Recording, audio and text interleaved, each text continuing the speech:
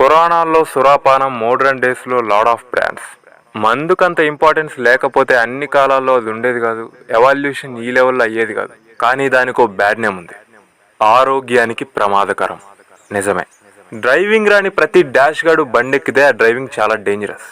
Drinking రాని ప్రతి dash గాడు బాటిల్ ఎత్తితే ఆ డ్రింకింగ్ చాలా చాలా డేంజరస్. మ్యాక్సిమం పర్సంటేజ్ డ్రింక్ చేయడం తెలియకపోయినా డ్రింక్ చేసే వాళ్ళ వల్లే ఆల్కహాల్కి బ్యాడ్ నేమ్ వచ్చింది.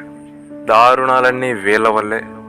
వీళ్ళని కంట్రోల్ చేయడానికే consumption alcohol is injurious to health లాంటి వార్నింగ్ లైన్స్ పెట్టాల్సి వచ్చింది.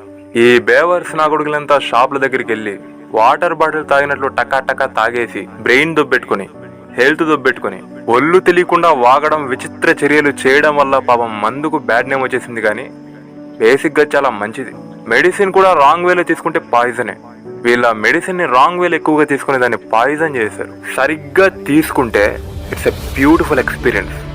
దాని వాల్యూ ఏంటో తెలియాలంటే డే టైం అంతా వర్క్లో బిజీగా ఉండి ఈవినింగ్ ఇంటికి రాగానే వర్కౌట్ చేసి నైట్కి ఫ్రెష్ అయ్యి టెర్రస్ మీదనో లేక వాడి పర్సనల్ రూమ్లోనో ప్రాపర్గా అరేంజ్ చేసుకుని బాటిల్ ముందు పెట్టుకొని గ్లాసులో కొంచెం మందు పోసుకొని ఐస్ క్యూబ్స్ వేసి సోడానో కూల్ డ్రింక్ కలుపుకొని ఒక్కొక్క సిప్ తీసుకుంటూ తల వాల్చి రిలాక్స్ అయ్యేవాడిని అడుగు, దాని వాల్యూ ఏంటి చెప్తాను. ఓ నలుగురు రూమ్మేట్స్ ఉంటే మావా నైట్కి మందు కొడదామా అని ఎవడో ఒక్కడంటే ఒక్కొక్కడి బాడీలో బోలెడంత ఎక్సైట్మెంట్.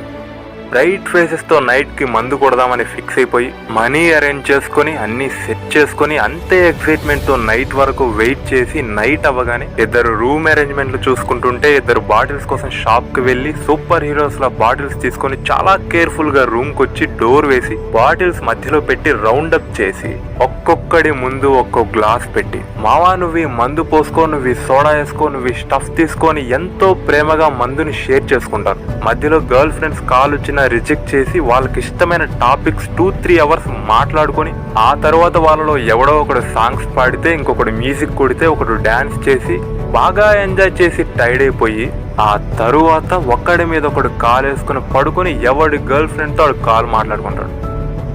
It's an experience. లైఫ్లో ఒక్కసారైనా ఉండాల్సిన ఎక్స్పీరియన్సెస్ అవి. అలా ఎక్స్పీరియన్స్ చేసే వాళ్ళని అడుగు, దాని వాల్యూ ఏంటి చెప్తారు. ఒకడు ఓ సమ్మర్ నైట్కి తన గర్ల్ ఫ్రెండ్తో నైట్ అంతా ఉండాల్సి వస్తే ఆ నైట్కి మూన్ నైట్లో బాల్కనీలో బాటిల్ పెట్టుకుని తన గర్ల్ ఫ్రెండ్తో సర్వ్ చేయించుకుంటూ గర్ల్ ఫ్రెండ్ పాదాలని ఒళ్ళో పెట్టుకుని తన మీద ఎంత ప్రేమ ఉందో కొంచెం కొంచెం తాగుతూ ఎక్స్ప్రెస్ చేస్తూ కంప్లీట్గా ఎక్కేసాక అదే గర్ల్ ఫ్రెండ్ ఒళ్ళో పడుకుని నిద్రపోతాడు.